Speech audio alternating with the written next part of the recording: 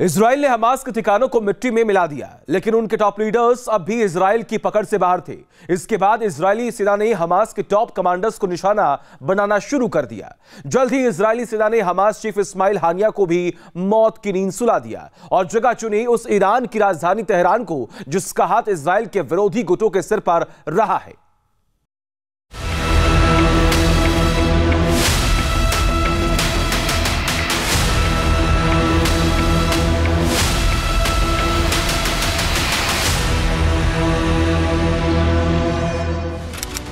तारीख 31 जुलाई 2024, जगह ईरान की राजधानी तेहरान। ये वो दिन था जब तेहरान के एक बेहद ही सुरक्षित घर में जोरदार धमाका हुआ और हमास के चीफ इस्माइल हानिया की मौत हो गई। ईरानी सुरक्षा अधिकारियों के मुताबिक तेहरान में देर रात ठीक 2 बजे रिमोट से बम को डेटोनेट किया गया था। धमाका ठीक उसी कमरे में हुआ जिस कमरे में हानिया अपने बॉडीगार्ड के साथ रुके थे। इस कंपाउंड में 24 घंटे मेडिकल स्टाफ भी रहा करता था।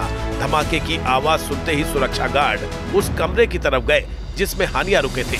जब मेडिकल टीम हानिया के कमरे में पहुंची तब तक उनकी मौत हो चुकी थी।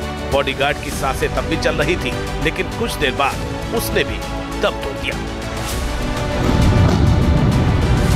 धमाके की वजह से कमरे की एक दीवार ढह गई, जबकि कुछ खिड़कियों के शीशे चकनाचूर हो गए। शुरुआती जानकारी यही थी कि हानिया की मौत किसी मिसाइल हमले में हुई। कहा गया कि ये मिसाइल किसी ड्रोन या प्लेन से दागी गई और उसने हानिया का काम तमाम कर दिया। हालांकि जल्द ही ये थ्योरी खारिज कर दी गई, क्योंकि मौके पर सबसे पहले पहुंचे रिवॉल्यूशनरी गार्ड और कुछ फोर्स के अफसरों के मुताबिक हानिया के कमरे में जिस तरह से धमाका हुआ उससे ये साफ हो गया था कि ये धमाका किसी बाहरी मिसाइल या ड्रोन से नहीं हो सकता। धमाका कमरे के अंदर से ही हुआ था। जानकारी के मुताबिक हानिया की मौत किसी मिसाइल या ड्रोन हमले से नहीं, बल्कि एक बम धमाके में हुई, वो भी उस बम से जो पहले से ही उस कमरे में रख दिया गया था जहां हानिया ठहरे थे।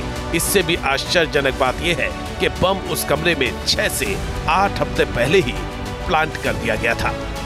यानी हमलावरों को पता था कि इस्माइल हानिया गेस्ट हाउस के किस कमरे में ठहरेंगे। आखिर हानिया के बारे में इतनी सटीक जानकारी कैसे मिली? किस तरह उनकी हत्या की साजिश रची गई? दरअसल ईरान की राजधानी तेहरान के उत्तरी इलाके में एक बेहद खास जगह है निशात। यहाँ एक बड़ा सा कंपाउंड है और ये पूरा कंपाउंड तेहरान के सबसे सुरक्षित इलाकों में से एक माना जाता है। इस कंपाउंड की सुरक्षा की जिम्मेदारी इस्लामिक रेवोल्यूशनरी गार्ड यानी ईरान की सबसे बेहतरीन फोर्स के हवाले है। निशात के इस कंपाउंड के अंदर कई गेस्ट हाउस हैं। तेहरान आने वाले ईरान के खास मेहमानों को इसी कंपाउंड के अलग अलग गेस्ट हाउस में ठहराया जाता है। ईरान और हमास के रिश्ते जग जाहिर है। इजराइल पर हमले को लेकर ईरान ने हमेशा हमास का साथ दिया है। उसी हमास के पॉलिटिकल विंग के हेड इस्माइल हानिया अक्सर बातचीत के लिए तेहरान का दौरा किया करते थे। हानिया जब भी तेहरान जाते थे, यहाँ के गेस्ट हाउस के एक खास कमरे में रुका करते थे। कतर के बाहर हर रोज कई बार अपनी लोकेशन बदलने वाली हानिया से बस यही गलती हो गई, या यूं कहें कि इस जगह और इस्लामिक रेवोल्यूशनरी गार्ड की जबरदस्त सुरक्षा घेरे को देखते हुए वो बेफिक्र हो गए थे और इसी बेफिक्री का फायदा उठाया हानिया के दुश्मनों ने।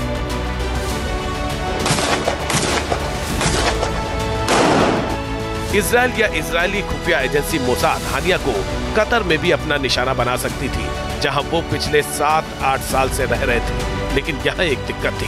दरअसल गाजा में शांति कायम करने और हमास के कब्जे में बंधक बने इजरायली नागरिकों को छुड़ाने के लिए चल रही बातचीत में कतर अहम रोल निभा रहा था। ऐसे में कतर की सरजमीन पर हानिया को मारकर इजराइल मिडिल ईस्ट में एक नया दुश्मन पैदा नहीं करना चाहता था। इसलिए मोसाद ने ईरान को चुना, जिसके साथ उसके रिश्ते पहले से ही खराब थे। इसके बाद हानिया को तेहरान में ही निशाना बनाने की साजिश बुननी शुरू हो गई। ऑपरेशन बेहद मुश्किल था, इसलिए मोसाद को जिम्मेदारी सौंपी गई। मोसाद को कड़ी मशक्कत के बाद ये जानकारी हाथ लगी कि हानिया जब भी तेहरान आते हैं, वो निशात के किस गेस्ट हाउस के किस कमरे में ठहरते हैं।